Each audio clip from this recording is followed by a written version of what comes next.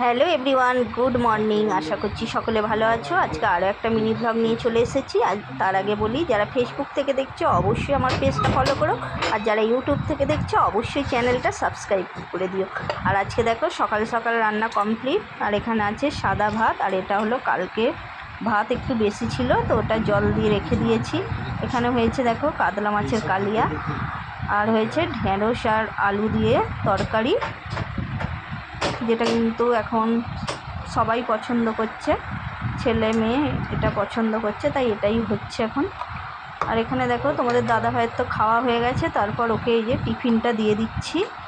এখানে প্রথমে গরম ভাতটা এই যে এর মধ্যে দিয়ে দিচ্ছি, তো এই কন্টেনারের মধ্যে দিয়ে এটা এঁটে দেব।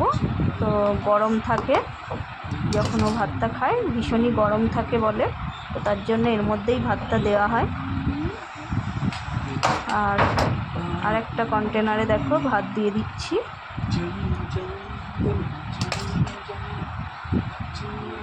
তো এটা একটু সুবিধা যে তোমাদের দাদাভাই ভাত, গরম ভাত খেয়েও যায়, আবার ভাত নিয়েও যায়। তো আগে রুটি নিয়ে যেত, তার জন্য আমাকে রুটি বানাতে হতো।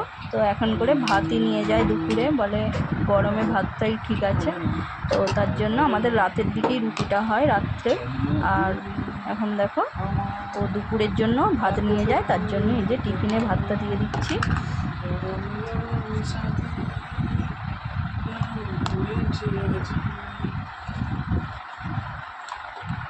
কন্টেনারের মুখগুলো দেখো আমি এঁটে দিয়েছি। এরপর এর ওপরে আরেকটা চাপিয়ে দিচ্ছি, দিয়ে ভালোভাবে কন্টেনারটা আমি এঁটে দিলাম যাতে করে খাবারটা গরম থাকে। তো এরপর আরও একটা অন্য টিফিন বক্সে আমি তরকারিটা দিই, তো সেটা এবার তুলে নেব।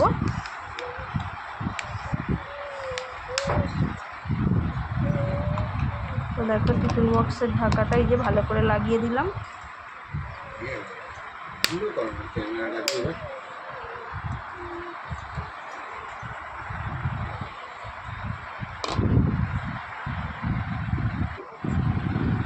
তো এই কৌটোটার মধ্যে এবার আমি তরকারিটা দিয়ে দিচ্ছি।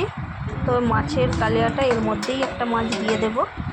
তো আর বেশি কন্টেনার নেবে না তোমাদের দাদাভাই, ও বলে আমার একটাই ঠিক আছে, ওর মধ্যেই মাছটা দিয়ে দাও। তো তার জন্য দেখো এর মধ্যেই আমি মাছটা দিয়ে দিচ্ছি।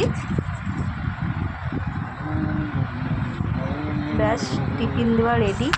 তো চলো আজকের মিনি ব্লগটা এখানেই শেষ করছি।